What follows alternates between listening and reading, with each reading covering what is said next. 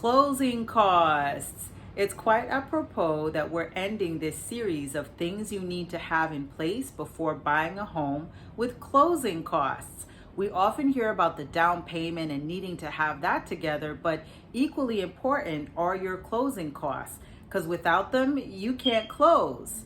So in general, closing costs can be anywhere from 1 to 5%. So for the purpose of this video, let's just say 3% of the total cost of your home.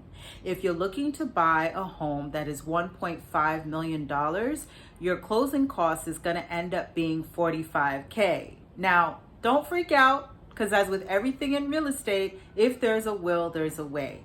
You've got to get creative, you have to be diligent, disciplined, and you also have to pull together your dream team that's going to help you make that happen.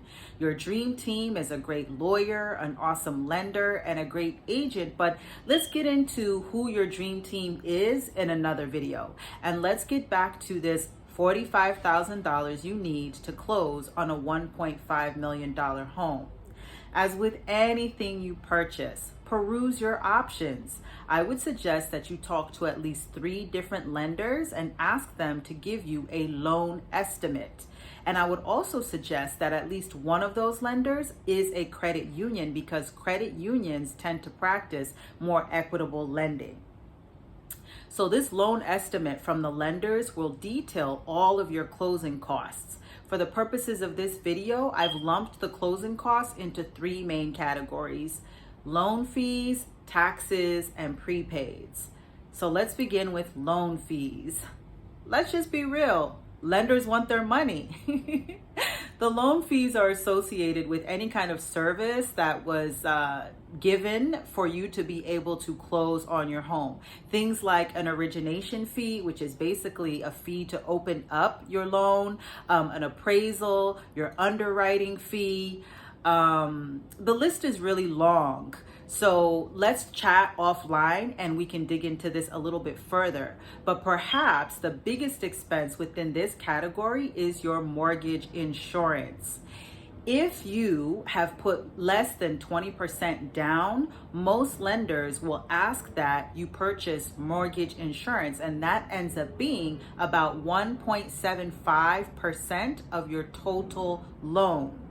If you have this cost up front for closing, that's great. If not, this cost can get rolled into your monthly mortgage. Just be aware that if you do choose that option, you'll be paying interest on that money as well. The second category are taxes. Now, the government wants their money too, right? Taxes are going to differ from state to state, and they're based on a percentage of the total cost of the home.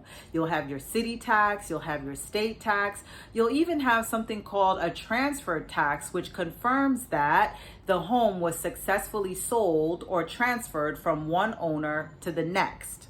The last category are prepaids and escrows. Basically, you could look at this category as collateral.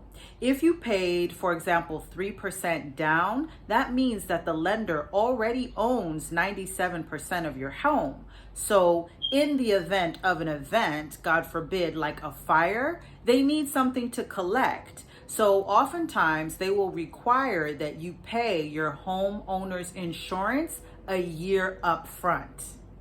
So this was just a brief overview of what closing costs are. I really wanted to introduce the concept to folks who have never heard of it and just sort of paint broad strokes as to what it is and the different categories you need to be aware of.